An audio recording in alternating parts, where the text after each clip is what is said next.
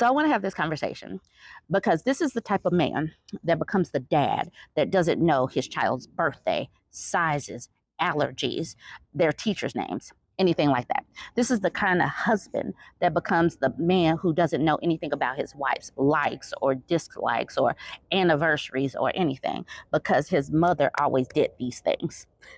So we need to have this conversation. So this was posted in the call center workers subreddit.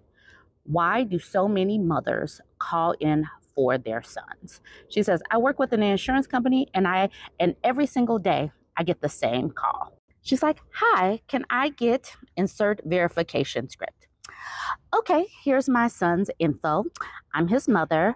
And she says, okay, looks like you're not on the case. Is he available to speak with? Not right now, but I'm his mom and he said I can call.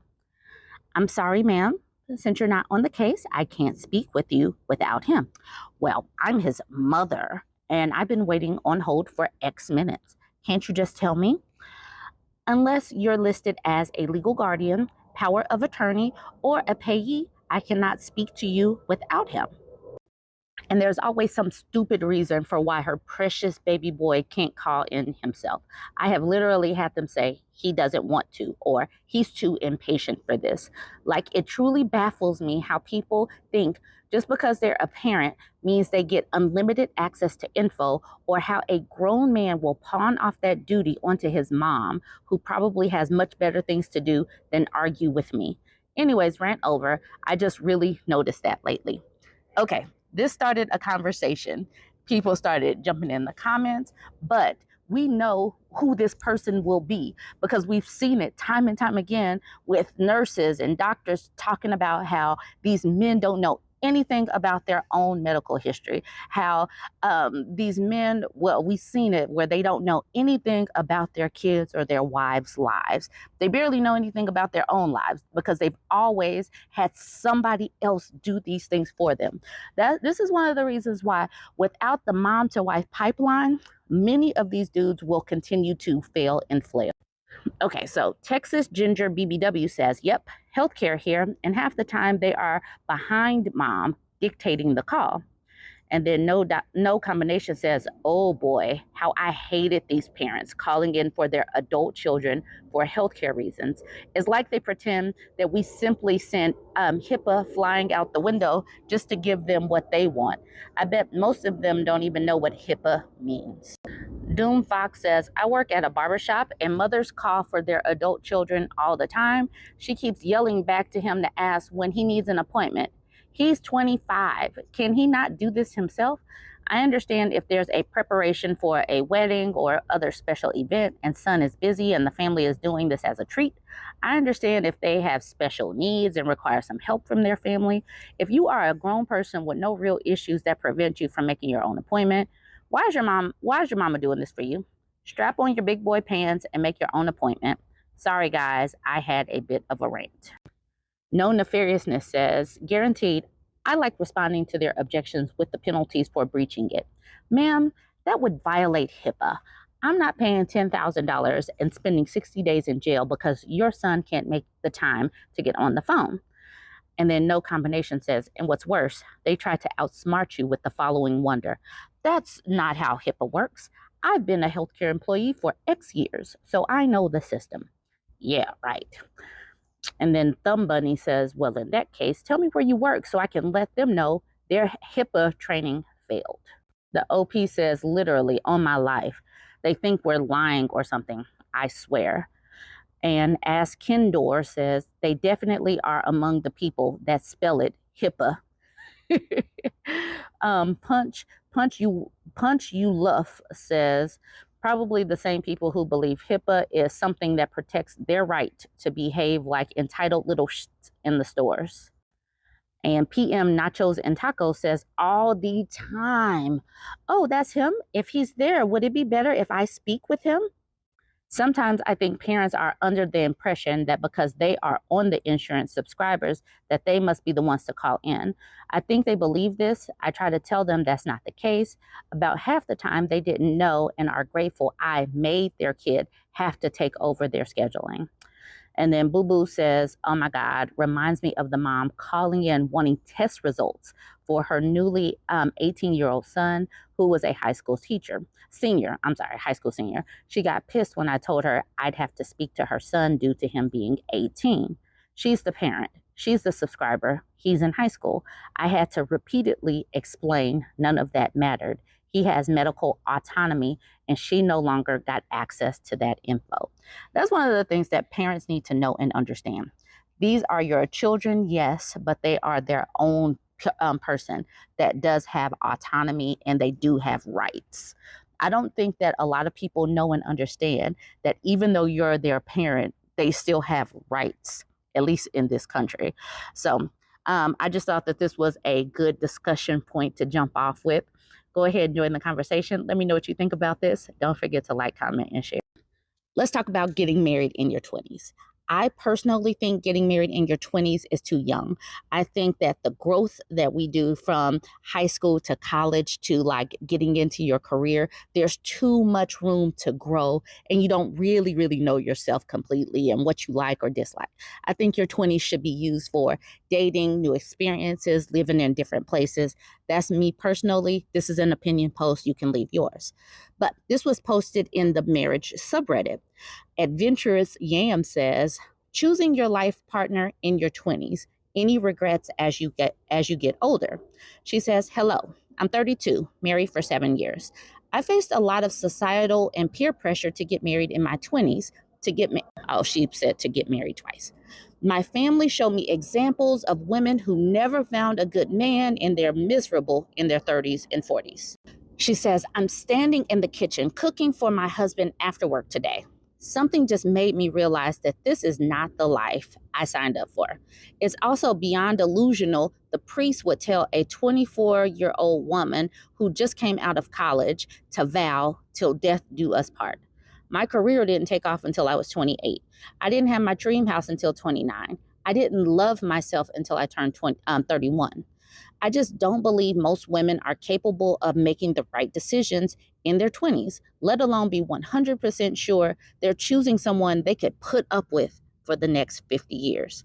Has anyone also married due to timeline pressure in their 20s, but reconsidered everything as they entered their 30s as successful women with their highest self-love? This part right here, I didn't love myself until I turned 31.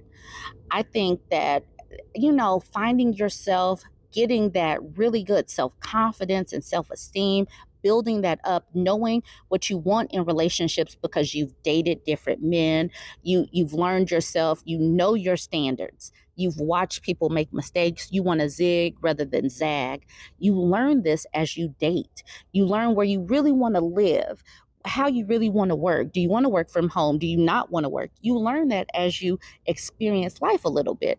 And I don't think that jumping from high school to college straight into a marriage, I don't think that you get that big of an opportunity to really learn these lessons about yourself and your values. But some people can. Like I said in the beginning, this is all an opinion post.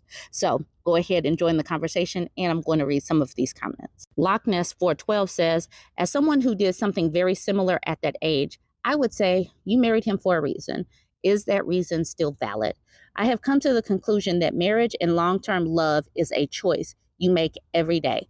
I look at my husband now, and despite his faults, I still think he's a good guy, and I could have chosen a lot worse, no matter my age. I'm a big believer in love the one you're with the assumption that he is a decent human. The grass is not always greener, and things can always change and improve with a little effort. Then I love RBB says, I love him, RBB. I agree. Did OP love her husband once? Or was she truly pressured into it? For any long-term partnership to work, it takes work and commitment. You still have to work on your marriages as marriage evolves and you evolve as people. As someone who also got married very young, but am very much in love with my husband, I have found myself sometimes mourning other lives, i.e., if I had met him, I would have traveled the world instead of settling down. But I remind myself that I'm still blessed and how much work has gone into those blessings in general and through marriage. It's foolish to drive yourself crazy over hypotheticals. Also, though, if you want to change something about your life and reevaluate your priorities, go solo traveling, take up a new sport or hobbies, etc. Do it. You should be able to do that whether or not you're in a relationship, and I hope your spouse can support you. I hope you find what you're looking for, OP. Weary Dreamer says there's all sorts of people in the world and they feel all sorts of ways about things. I have single friends in their 40s that absolutely love being single and have absolutely no intention of ever settling down again. I have friends in their 40s who are miserable without a partner. I have friends that hooked up in their 20s and got divorced, some that are still together. There's no set rules. It sounds like you were pressured into marriage you weren't exactly into, and fear was used as a lever to go through with it. That sucks no matter what age you are. Then Make You Smile says, yeah, agree. I know a few married couples that were high school sweethearts and are seemingly happy. I know couples who met in their late 20s, mid 30s, who got divorced within 3 to 5 years. There's obviously the opposite. This person says, well, if you don't have kids, what's stopping you? If this isn't the life you want and don't believe he wants to help you make the life you want, that's a pretty sound reason to leave. Yes, this is potential for anyone getting married young, but most go into being parents and find the meaning in the family they're building together. It sounds like you find meaning in your career and lifestyle, so go pursue that. That's totally valid.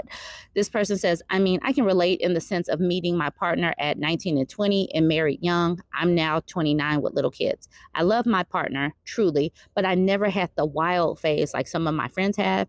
I think people who never had fun when young feel some sort of regret. Is this for you, maybe? Otherwise, what makes you really unhappy? It might be something deeper then. I truly believe in having some fun, doing the party girl stuff, all of that, because once you settle down into your routine as a wife and a mom, you can't, well, you can, some people do, but you have responsibilities. You got to get up and go to work at a normal time. You got kids to get ready for school. That type of stuff is redundant. When you are 20s, single, child free, that is when you get to live for you. And people need to stop acting like being a little selfish.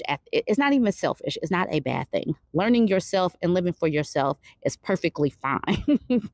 All right, y'all. Join the conversation. Y'all tell me what you think. Don't forget to like, comment, and share. It is election season, and politics is already divisive enough. It can harm families, it can harm relationships, it can harm your dating options. It has definitely, we've definitely talked about many of these. This woman posted this short post in the relationship advice subreddit. She's 54, he's 55. She says, 54 and 55, been married 24 years. Has the world gone mad or just mine? She says, I don't even recognize my husband anymore. Not physically, of course. When we married almost 24 years ago, we were both Democrats. Trump has changed everything. His whole being has changed in such a negative, repellent manner. It came to a head yesterday when he called me yelling and cursing at me upon noticing the $10 I donated to the Harris Walls campaign. I had to hang up on him. He kept calling back and texting threats to hang up Trump flags in our home, knowing my seething contempt of Trump, swearing at me, saying his blood is boiling and that I did it as a big FU to him. It had nothing to do with him. I am aghast and heartbroken. What is even happening? Help, please. The wild thing is noticing $10 being gone. That is wild to me. But having such a vitriolic response to an adult woman, a very seasoned woman of 54, spending $10 how she pleases, especially if they were both Democrats when they got married. I'm sure that this woman's political leanings are not new to him. So being this vitriolic sounds wild to me. And this is the kind of thing, this is one of the main reasons why liberal leaning women will not date conservatives, because this is always going to come to a head, especially with the ingrained misogyny in the GOP. People might act like it's not, but there are no other platforms that are systematically trying to carve away the rights of men to do what they want with their body, like the GOP is trying to carve away the rights of women. Now, the GOP is also obviously doing things like trying to roll back the rights one for the LGBTQ community, the civil rights with the DEI, and trying to get opportunities with diversity, equity, and inclusion, all of that. But with the male-female relations, obviously there's going to be contention if you have a Trump supporter, and you know what the Trump supporters in Project 2025 will do for women in this country as it continues to try to chip away at reproductive rights and women's opportunities. So this is probably going to end. And it's not even that if he just voted for Trump, that would be one thing, but acting like you're going to hang Trump flags and calling and cussing. You gonna cuss at me? A grown woman? Have you lost your mind? Oh yeah, we would be separated. Don't lose your mind like this, sir. Sir. Soupan says, join the class action that will hopefully someday be brought against Fox News. In the meantime, file for divorce while you still have rights. Altruistic Art says, it will only get worse. If Trump wins, you'll become his property as a woman. And if Trump loses, you will likely become the target of your husband's anger. Knowing you voted for Harris, I'm so sorry. Overqualified Muppet says, you may no longer be compatible. People change and character matters. You are not obligated to see out your days together. Janet in Spain says, time to move on. He's now part of the brainwashed cult. You have lost him, probably for good. No good can come from his transformation. I am so sorry. The disillusionist wonders, what do you need help with? Apparently, you have a deep and personal division with your husband over toxic politics. You resolve it with counseling and understanding, or you get divorced.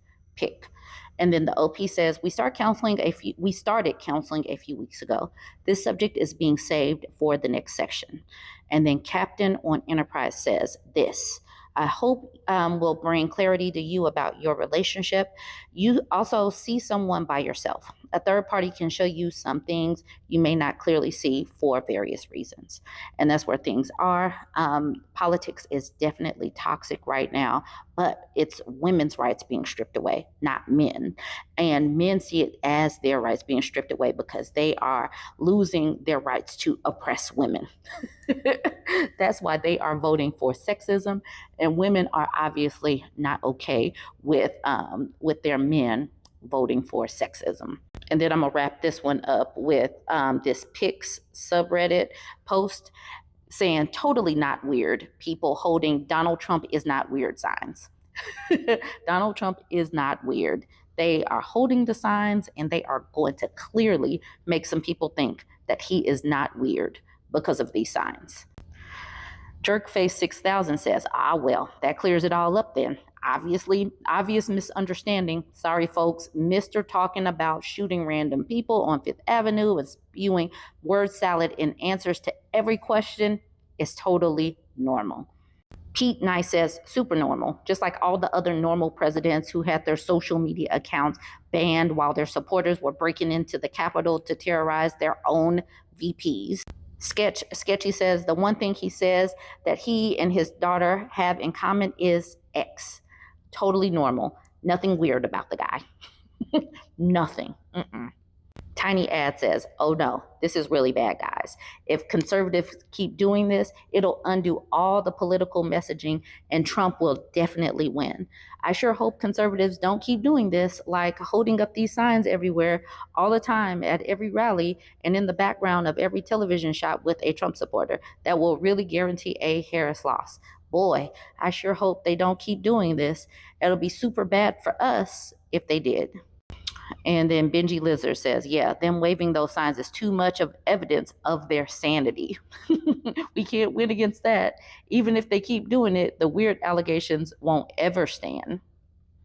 And I'm going to end it with that. Actually, that's a lie. I'm going to end it with this picture, just to remind us all that Donald Trump is not weird. Absolutely the most sane way to remind us all that Donald Trump isn't weird. All right, y'all, join the conversation. Let me know what you think about this. Don't forget to like, comment, and share.